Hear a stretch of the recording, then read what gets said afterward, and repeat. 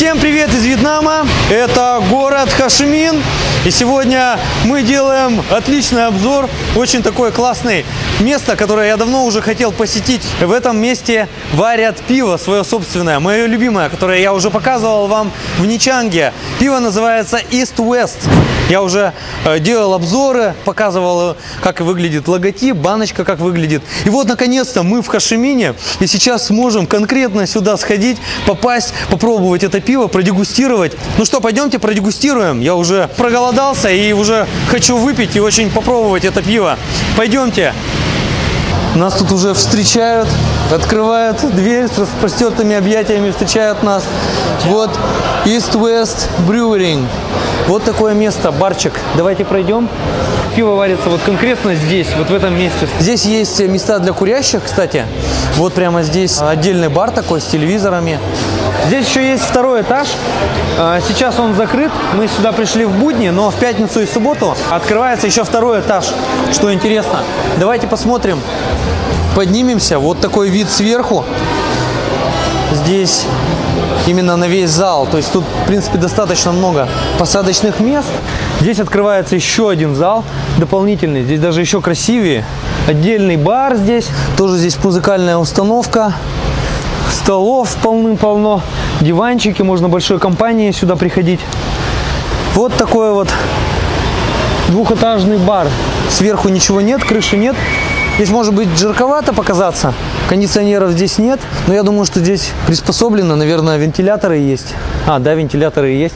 Я заходил сюда на днях предварительно посмотреть вообще, как это заведение, где расположено и как оно работает. Но вход тогда был закрыт. Это был четверг, и нельзя было сюда попасть, потому что у них была закрытая вечеринка в честь 5 лет открытия этого бара. То есть 5 лет назад они открылись и праздновали. Здесь приезжали люди на дорогущих машинах, на всяких разных суперкарах. Празднование, вечеринка, светомузыка, диджей. Прям здесь было так все по-серьезному. Здесь все такое довольно-таки дорогое. Вот, например, есть ягненок на гриле. Половинка вот этого вот боковины 875, а целая 1 750 000. Вот тут даже на тарелке-то и как раз и показано. 1 750 000 самое дорогое блюдо. Какие-то супы есть. Есть суп с мидиями, чили, steam mussels. Ну это просто как на пару мидии приготовленные. Здесь можно вот устрицы заказать. Ну, устрицы реально дорогие. Ну, как дорогие относительно? За одну свежую устрицу 30 000 донгов, а за запеченную под сыром устрица 35 000. Ну, на самом деле, во Вьетнаме килограмм можно купить за 25 000 донгов устриц. Поэтому, ну, можно сказать, что за одну устрицу это, конечно, дороговато. Но мы сюда не за морепродуктами пришли. Я хочу чего-то такого мясного к пиву. Закусочки здесь есть. Мясная тарелка, сырная тарелка, тоже 495 000 донгов. Можно просто хамон заказать. Тарелку с хамоном за 495 000 донгов. Стейки. Ну, в принципе, меню такое. Меню небольшое, пролистать его быстро можно и легко, но оно все-таки содержит в себе довольно-таки хороший выбор. Можно здесь заказывать, выбирать что-то. Даже бургеры есть. Чизбургер с беконом, классический бургер написано. И чикен-бургер, какой-то острый, с сыром. 2 вида бургеров есть. Рис жареный с морепродуктами, 210 донгов. В Ничанге, по-моему, сколько можно? За 35 000 донгов поесть рис. В общем, мы сейчас заказали тут 5 разных блюд. Я очень захотел попробовать козла, какой-то козел на гриле. Ну, сейчас мы будем по мере пробовать и дегустировать и оценивать. Что интересно, у них тут есть в меню королевский полет, который включает в себя все пива, которые у них есть. У них есть 10 видов пива, но сейчас у них еще появилось какое-то одно сезонное пиво с лотосом. В этом наборе пилснера не будет обычного. Вот. А будет вместо него какое-то особое пиво с лотосом, которого нельзя купить в магазине, оно не продается. Помимо этого в магазинах еще не продается вот такой бланк Квит Бланк. Ну, это типа как должно быть что-то наподобие Хугардена. Я такое пиво не очень люблю, но мне было бы очень интересно попробовать, потому что всю коллекцию я здесь пробовал. Я тут делал вообще большой обзор этого всего пива. Все пиво покупал домой, и мы даже с пивоваром Леонидом сидели, обозревали все это пиво. Вот, это было сразу же после Нового года. Но почему я именно хотел сюда попасть? Почему? Потому что я хотел именно здесь попробовать. И что больше всего я хотел попробовать черные сорта. Темный бельгийский, портер, ванильный портер, кофейный и какой-то независимый стаут. Все тут пиво. Кстати, отдельно, если заказывать, все дорого. А вот именно вот этот полет, королевский полет, здесь по 160 миллилитров. Но зато ты можешь попробовать все виды, продегустировать. То есть это дегустационный набор. Еще есть такой маленький полет, Tasting Flight, 4 вида. Ну и я, кстати, заметил, тут есть сайгонская роза. Вот сайгонская роза мне вообще не понравилась. Но была наша ошибка, потому что мы пробовали тогда, когда попили уже разные другие сорта. Темная, там, пшеничная, разное другое. Мы попробовали, и после него, ну как сказать, оно не безвкусное, но оно напоминает такое, как морсик такой, вообще легонькое, как лимонадик легенький. То есть оно даже практически не алкогольное. Клубничное, то есть для девочек 3%, 3 градуса всего лишь. И сейчас самое главное попробовать, какое оно будет именно здесь, когда мне его налили. Вот прямо вот с пылу, с жару, прямо отсюда. Так, вот как она идет у нас, батарея. Итак, да, здесь подписано, кстати, даже. Так, ну начнем с сайгонской розы. Вот такой стаканчик, смотрите, у них какие бэби-стаканчики маленькие. Я сейчас начинаю именно с него, потому что в прошлый раз, когда я пробовал, оно было недостаточно такое насыщенное после другого именно пива. Вот сейчас я попробую его первым, на сухую. Вот сейчас реально гораздо круче на вкус. Оно реально клубничное такое, прям, ну, пиво, и в то же время оно клубничное. Оно не газированное, как бывает вот сидр или лимонад. Это именно пиво. И гораздо лучше, чем то, которое я пробовал именно в бутылке. После другого пива вкус растворяется. Ну как? Моему оператору тоже понравилось. Пиво вот это розовое. Опа-на! Нам вот уже подоспело. Оп. Так, еще одно блюдо. О, да, вот это я очень хотел попробовать. Это джерки баффало. Они еще теплые. It's really nice. И нам еще сейчас принесут козла. Это будет 5-е блюдо, бонусное, большое. Вот мне интересно, что за кольца свиные здесь. Хрустящие, офигенные какие-то на вид. Интересно выглядят. С чесночком. Похоже, как на шкварки свиные. Блюдо здесь, конечно, интернациональное более-менее, но все равно именно на вьетнамской волне. Все такое с вьетнамской ноткой. Картошечка здесь с пармезаном, конечно. Но пармезанчика что-то маловато. Могло бы быть и побольше на самом деле. Это даже как не гарнир, кстати, это как отдельное блюдо у них. Картошка как картошка. Все нормально. Как в Макдональдсе картошка, только гораздо дороже.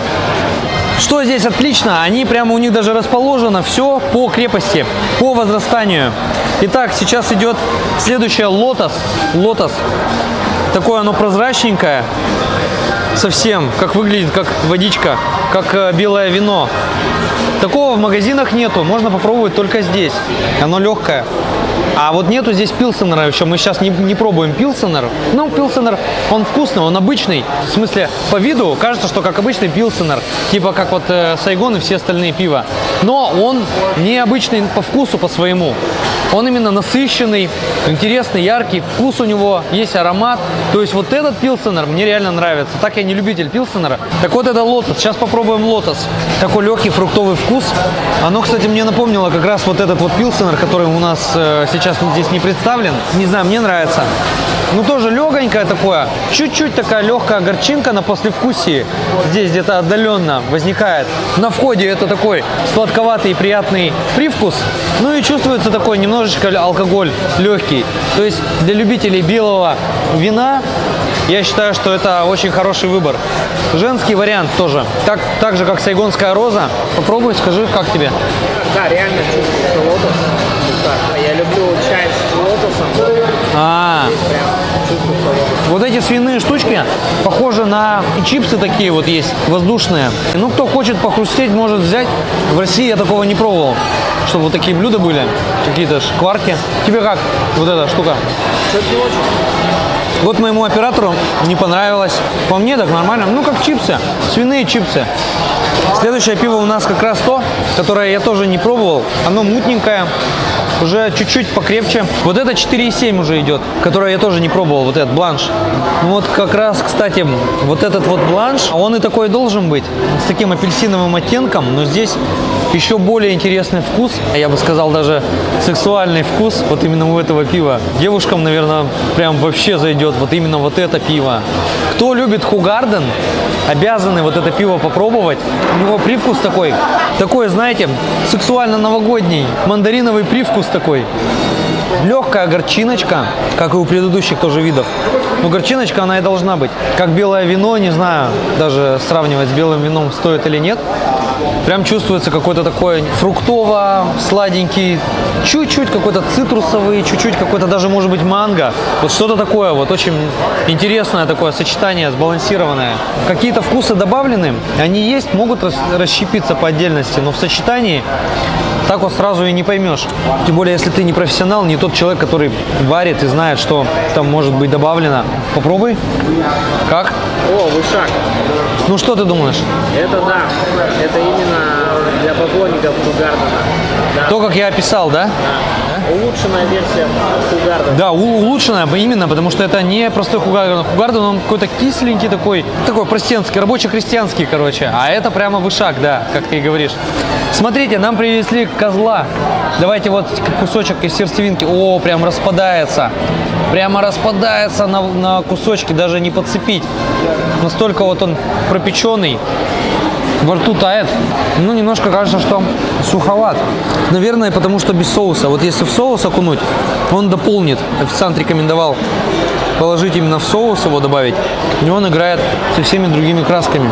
А тем временем мы пробуем Summer Hefeweizen. Пшеничное пиво, которое я реально люблю. Из этого всего, что я пробовал из линейки, кроме темных, мне вот оно очень нравилось. Hefeweizen прям отличается. Прям вообще не то, что в банках. Более насыщенное, чуть-чуть такое с горчиночкой. Ну, я даже не ожидал на самом деле. Оно реально отличается. Мне сладкое пиво не нравится. И вот оно как раз в банках-то, оно сладковатое на самом деле. Это более с горчиночкой. Хорошо? Попробуй. А я тем временем попробую Pale Ale. Ну, эти пива мы уже знаем. Пили много раз. Они в таких зеленых баночках. Черная, стильная банка. Мне вот эта банка, она больше всего нравится. Вот именно у Pale Ale. Черная банка с ярко выраженным таким зеленым цветом. Ну, эль это уже другое пиво. Это уже не светлое, не темное на самом деле. Оно с горчиночкой, ярко выраженное. Вкус, я имею в виду. Аромат тоже есть. Как тебе пшеничное пиво? Вот это супер. Пшеничное супер? Да, все пиво супер. А сейчас Pale Ale попробуй. А я тем временем попробую вот эти вот конвертики из утки. Это утиные конвертики, тоже как закусочка. Сухонькая, конечно, внутри. Какая-то как котлетка. Сверху помидорчик. Я на самом деле всеядный. Мне заходит многое. Но есть люди, которые, скорее всего, вот это не поймут. Он еще с какими-то специями, вот эта уточка. С такими какими-то пряными специями. В целом прикольно. Мне нравится. Вот это вот блюдо может кому-то не зайти, потому что здесь как такие шкварки свиные. Это блюдо как закусочка. Неплохо. Но если что-то хотите особенное, там есть что выбрать, посмотреть. Может быть, что-то рыбное закажете. Сегодня у нас не рыбный день, поэтому мы рыбу не заказываем, а заказываем мясное. Мне мясо буйвола вообще нравится. Джерки баффало – это буйвол, джерки буйвола. Джерки – это вяленое сушеное мясо. Проблема во Вьетнаме такая, что у них есть сушеная говядина разная, но рыба есть сушеная, но она у них с перцем и с сахаром.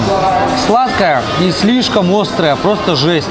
Вкуса мяса не почувствовать, нету такого. Поэтому вот то, что здесь они делают, это реально настоящее нормальное мясо. Сушеное, как я люблю, вот именно то, что мне надо. Как ты считаешь, что вот с этими штуками? Вот эти тебе понравились? Да. Я пытаюсь объективную оценку давать, потому что мне-то все нравится. Я очень много всего люблю есть. У меня низкий порог отвращения, так сказать. Поэтому я и спросил сейчас мнение. Вот моему оператору очень понравилось. Попробовал сейчас вот это пшеничное и Эль, PLL. Эль больше понравился.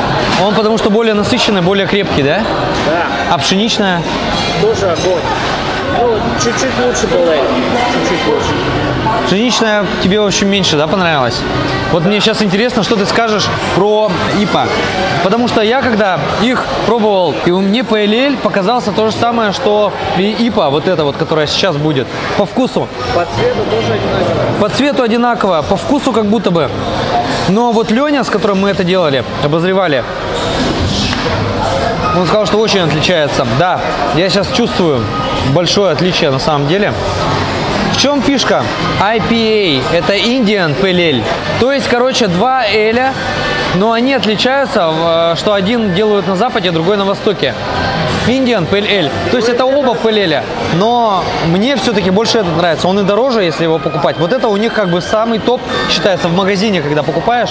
Вот это самый топ ИПА. Поэтому я рекомендую тем, кто любит терпкое, кто любит покрепче, и чтобы был более насыщенный вкус. Грубо говоря, среди пива любит чефир, чефирнуть. Вот это прям вот ИПА, это вот тот вариант. И это пиво как раз не для того, чтобы напиться и валяться в подворотне. Это пиво, чтобы наслаждаться, и его можно с минимальным количеством закусочки. То есть, если обычное пиво какое-нибудь дешевое во Вьетнаме, нужно много закуски, ты ешь и просто пивом запиваешь, как водой, как лимонадом, то такое пиво ты наслаждаешься, и тебе много не надо. Ты вот взял соломинку, Баффало, ее окунул или не окунул никуда, в ротик положил, пивасиком запил, и тебе хорошо. Но цена, конечно, у этого всего довольно-таки большая. Кто хочет подешевле, заходите в магазин. Я могу подсказать, где можно в магазинах купить. И вот это ИПА без проблем можно найти. А все, что сейчас пойдет дальше, это уже другой вариант. Там уже в магазине даже за 0,5 100 тысяч донгов, там 120 тысяч донгов. Я это не пробовал еще, не доводилось мне попробовать. Но так как мы сюда пришли на этот обзор этого хорошего заведения, мы сейчас попробуем вот этот топ, который наиболее крепкий, насыщенный, и который я очень давно уже хотел попробовать и посмотреть, что это такое. Прежде чем сейчас попробуем, я хочу уточнить у моего оператора, как тебе вот эти два пива, как раз то, что мы говорили сейчас, как они отличаются, или что-то лучше, что-то хуже. ИПА мне понравилось. ИПА тоже как и мне, да? Да-да. Она погорчее, понасыщеннее. Не знаю почему, но вот мне вот прям вот более насыщенная, больше нравится. Так, вот это интересно. Это портер, да? Портер написано. Оно, видишь, распределено. То есть это легче, чем вот это. Вот это я хотел попробовать, реально. Вот это было очень интересно. Знаете, что это вообще? На вкус я сейчас как будто бы просто отпил чашечку кофе. Горький, черный кофе. Просто кофе. Настолько насыщенный, кофейный привкус. И аромат вот такого жженого солода. То есть это горелые, грубо говоря, вот ингредиенты вот эти. Кто любит кофе и хочет вечером попить алкогольный кофе, вот я и хотел попробовать. Мне даже вот посмаковать вот так вот. Но отдельно я бы такое не заказал на самом деле. Но попробовать я очень хотел. Даже не могу отлипнуть. Мне вот нравится все такое необычное, горьковатое. Давай попробуй и скажи, как тебе? Очень сладкое? Да, напоминает... Гиннес. Гиннес напоминает? Да, аналог Гиннеса. Вот, если аналог Гиннеса, я, кстати, Гиннес не пил. Вообще, я не сторонник того, чтобы разное пиво смешивать. Но, раз тут такой сет, у нас дегустация, можно и смешать. Но есть еще такая штука. То есть пиво лучше не смешивать от разных производителей именно. Потому что абсолютно разные ингредиенты, технологии, составы, пропорции. А вот здесь именно один и тот же производитель, примерно одни и те же продукты он использует. Поэтому не будет голова болеть. То есть примерно ты одно и то же пьешь. Ну давайте следующее пробуем. Это что? Modern Belgian Blonde. Belgian Blonde. Бельгийское пиво, оно всегда такое. Вот обычное пиво янтарное, а это какое-то такое не янтарное, немножко цвета такого, немного розового. Это вот именно фишка бельгийского пива, что оно имеет такой цвет. По мне, оно чего-то в нем не хватает, вот это вот. Может быть, из-за того, что уже много тут пива прошло перед этим. Может быть, вкусы смешались. Ну, как будто бы оно просто более алкогольное. А вот именно такого вкуса какого-то ярко выраженного у него сейчас нету. Да, оно, в принципе, вкусное, но в сравнении с другими оно уже теряется, потому что оно горьковатое, и у него нет такого вот... Это было как клубника, это лотос, это пшеничное. И у этого было привкус типа такого, как фруктовый привкус. Это 2 эля, которые похожи и чем-то чуть-чуть отличаются. Портер был кофейный, а вот у этого я не могу такого вкуса как бы обозначить так, что это что-то вот такое, вот такое. Вот это пиво похоже на что-то. Вот такого нету.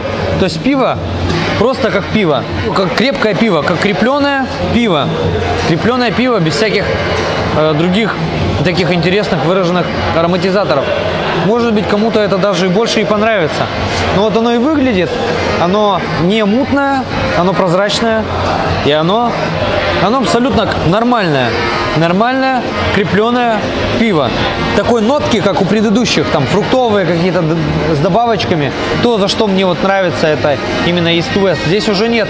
Может быть, даже стоит кому-то вот именно это пиво и попробовать, попить. Кто хочет такое более стандартное, более такой ровный такой вкус именно пива. Именно пивной вкус. Вот так бы я характеризовал вот это пиво. Это, наверное, самое лучшее. Самое лучшее даже, да? То есть оно нейтральное. Это прям пиво, но более крепкое. Не как какой-нибудь там лагер. Крепкое, нормальное пиво. Пивной привкус. Я сейчас попросил, чтобы немножко охладили вот это темное пиво. А это Modern Belgian Dark. Современное бельгийское темное пиво. Очень интересно попробовать. Мне интересно больше даже разница между вот этим кофейным привкусом и вот этим вот темненькое. В принципе, я такое люблю. Я всегда любил заказывать в России даже вот такое красное пиво, какое-то такое полутемное, чтобы оно прям не горькое, а вот что-то такое между. Вот это очень похоже на предыдущий вариант, только это сладковатое. Вот такое пиво я частенько пил в России. Вот такое прямо оно реально есть, варится в больших количествах. Я прямо вспоминаю такую либо морозную стужу, либо слякоть, когда мы могли прийти в хороший бар, спуститься в подвальчик и там уже продегустировать вот это пиво. Ну, как продегустировать? Попросту нажраться нормальным вкусным пивом вот такого вот плана, вот такого качества. Мне реально нравится. Вот такое я бы даже, наверное, бы повторил. Вот именно это. Современное бельгийское темное. Сейчас нам охладят последний в этом наборе вариант пива темное. И мы попробуем, потому что это... Вот это мне реально понравилось. Вот это мне зашло. Давай. Снимаешь? Ну вот, друзья, теперь мы и подошли к финальному нашему виду пива, которое здесь есть. Стаут называется, да, вид. Ну, стаут, я думаю, многие знают. Оно, в принципе, популярное и широко известное. Даже в Ничанге есть места, где был стаут и есть стаут. Ну, пахнет тоже такой, немножко терпковатый такой запах небольшой. Вот это, кстати, интересный стаут. Вот это да. То, что я пил в Ничанге под видом стаута, оно, конечно, не дотягивает. Похоже на разбавленное. Здесь прям не жалеют ингредиентов. Вкус реально насыщенный. Вот это пиво, вот это пиво я бы даже пил бы с похмелья, когда ты напился, накидался всякими разными пиво, например. А вот это пиво уже выбрать на следующий день, когда тебе уже много не выпьешь, не хочешь, а просто похмелиться и на утро выпить, ну не на утро, а днем, там, вечером, выпить такого, какого-то такого более-менее благородного, насыщенного, терпкого что-то между кофейным и вот, которое мы пили, Modern Belgian Blanc, да, вот. Но я имею в виду, что не такое, как Modern Belgian Blanc, а вот переходное состояние от Modern Belgian Blanc в кофейный вкус. Настоящий стаут, хороший, плотный такой, плотный, хороший, ядреный стаут. Но он еще и при этом сладковатый, как кофе со сгущенкой. И горчинка есть, и сладость есть, и терпкость такая есть, послевкусие есть, и такой небольшой запах, слегка такой аромат. Хорошее пиво, мне нравится. Может быть, оно слишком сладковатое, кому-то покажется. И много вот его не выпить, но прийти на бокальчик такого пива, попробовать, там 0,33 или 0,5 выпить вместо чашечки кофе на вечер, я бы рекомендовал. Что у нас скажет оператор? Вышаг. Вышаг, говорит. Да. Вот это прям Гиннес. Это Гиннес? По вкусу как Гиннес прям? Да. А, вот это Гиннес. Ну, это Гиннес сладкий тоже, что ли, получается? Гиннес немножко сладкий, да. Немножко сладкий. Немножко сладкий, немножко горький. Вот Ну, вот это как раз есть, но он прям сильно сладкий. Прям сладкий, да. Это прям сладкий Гиннес. Можно было бы поменьше сладости, но горечи нормально. Ребят, сейчас, короче, только что вот мы сейчас закончили снимать, но оказалось, что мы попробовали еще не все пива. У них есть еще какое-то сезонное пиво. У них сейчас 3 пива. Одно из них я оставил, ну, вообще, как бы оно меня не интересует. Golden Berry. Золотая ягода называется. А вот сейчас вот это пиво New England IPA, то есть ИПА Новой Англии. Вот сейчас бонусом я попробую. Аромат такой же, как у ИПы. По вкусу вот это интересно. Чуть-чуть сладковатое, чуть-чуть. С небольшой горчинкой. Горчинка у него меньше. Отличается тем, что у того ИПа, которая вот стандартная, которую я люблю, больше горечь, но у него более насыщенный такой вкус, более ядреный. У этого пива более такой легкий, легонький вкус. И оно такое более универсальное. То есть для мужчин, для женщин такое более такое праздничное, праздное, легонькое пиво. То есть вообще очень классно. Вот это пиво, оно скорее идет по крепости, по ощущениям после пшеничного пива, которое мы пили. Вот этот Weizenbier Heffe. Оно реально интересное. Наподобие бланша, наподобие как типа Хугарден, вот это пиво. Но оно поинтереснее. Поинтереснее и с такой легонькой горчинкой. Не настолько фруктовый. Ну, можно сказать, что такой какой-то грейпфрутовый, что ли, привкус слегка. То есть грейпфрут он и цитрусовый, и с горчинкой. Сейчас мы находимся снова здесь и пробуем еще один вид пива, который до этого мы не пробовали. Juicy IPA. Это тоже у них такое сезонное пиво. Оно необычное, но вот именно по цвету мне оно очень нравится. Оно мутное, насыщенное такое, совсем непрозрачное. Крепость у него 6,5 градусов. То есть оно тоже такое довольно-таки крепкое. Поэтому... О, и на запах фруктовый, ярко выраженный такой запах. Грейпфрутовый, немножко апельсиновый, чуть-чуть груша. Очень классный такой запах. Да, мне нравится, это реально похоже очень на Pale Ale, только более фруктовый вкус, более легкое. Ну, кажется, на вкус не такое тяжелое. Может быть, потому что я до этого уже выпил 2 более крепких пива. Может быть, из-за этого кажется, что оно полегче. Но оно реально насыщенное. Вот это пиво я бы вообще рекомендовал. Только оно сезонное. В постоянном меню его нету. Вот именно здесь можно что-то попробовать особенное. Так вот, это светлая ИПА. Фруктовая, насыщенная. Вообще офигенная. Итак, друзья, я пришел сюда еще раз. В 3-й уже раз сюда пришел. Изначально я не понял, что здесь есть такая фишка, которую я не знал и ни в одном баре вообще не встречал, ни в одной пивной.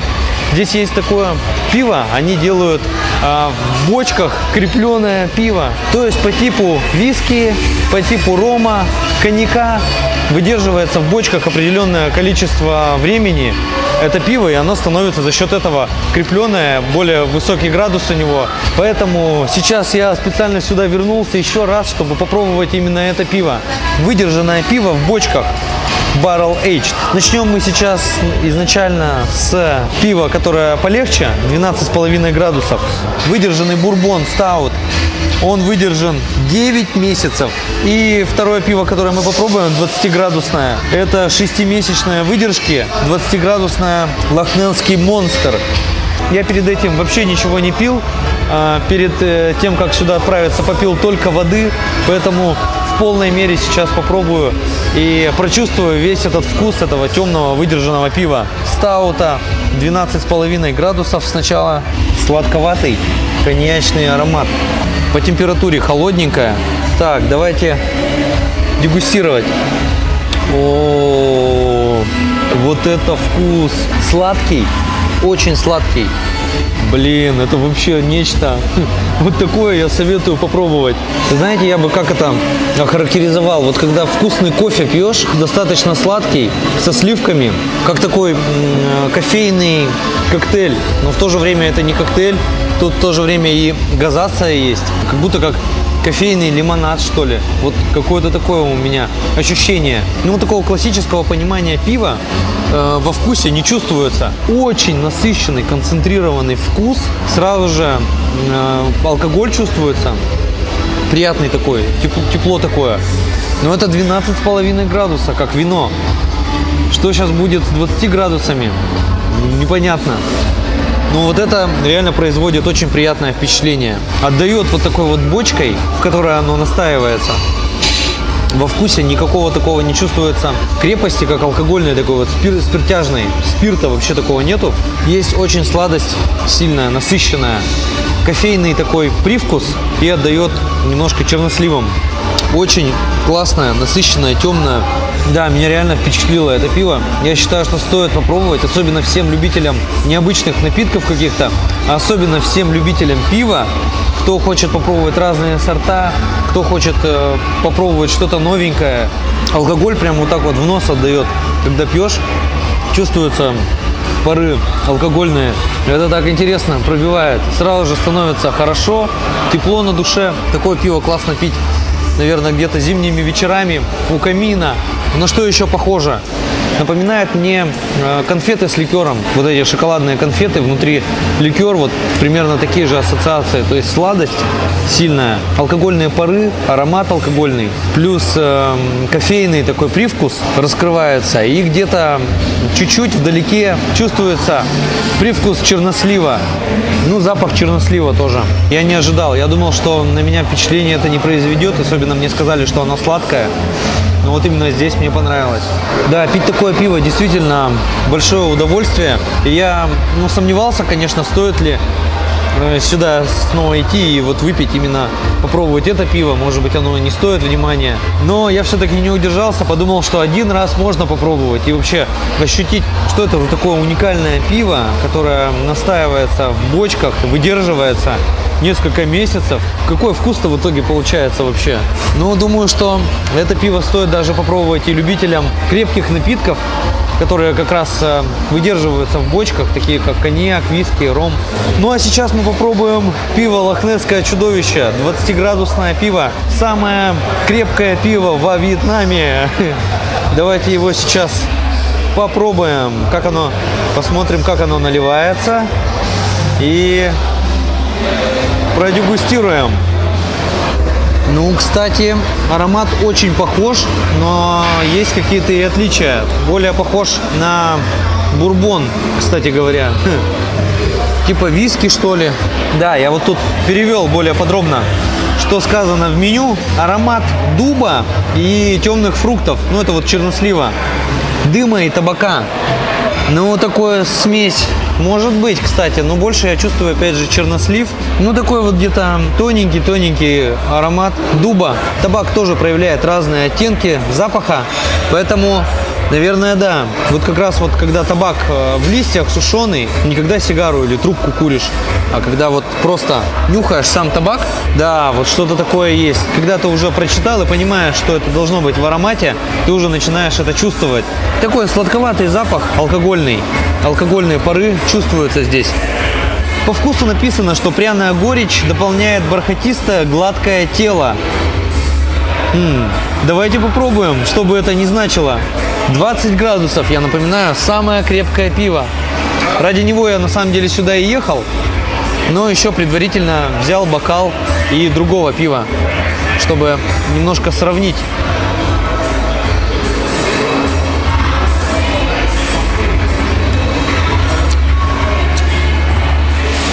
Да, офигеть!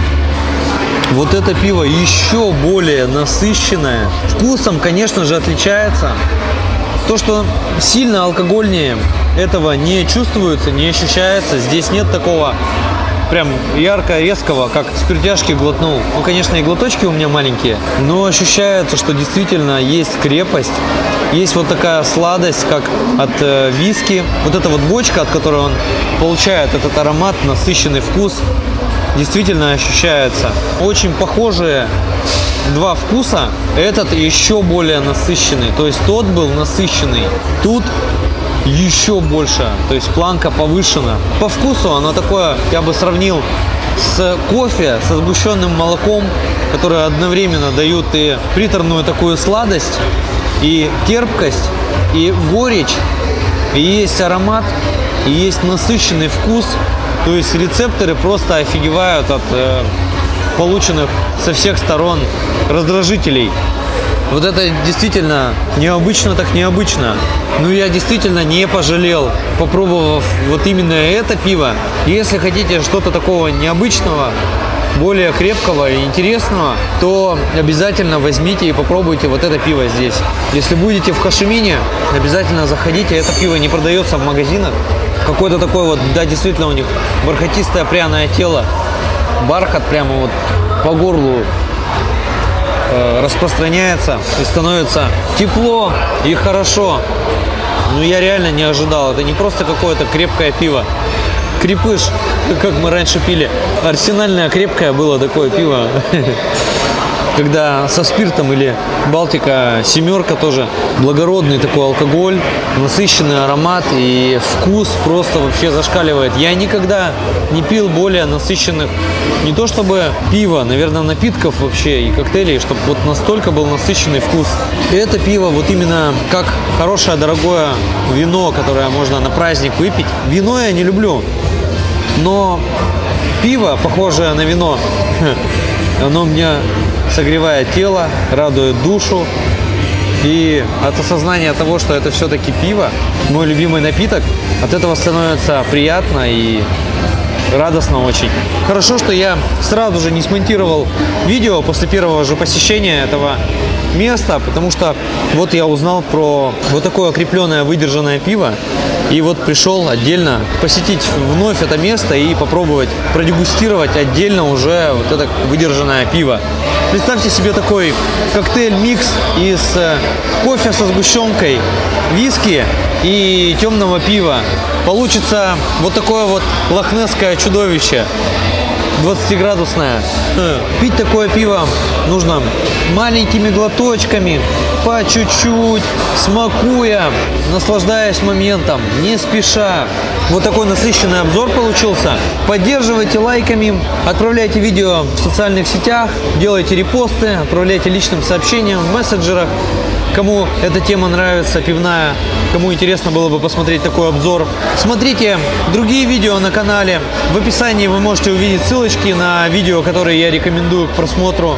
Это пивоварня East West в городе Хошимин во Вьетнаме. Я был здесь и всем советую.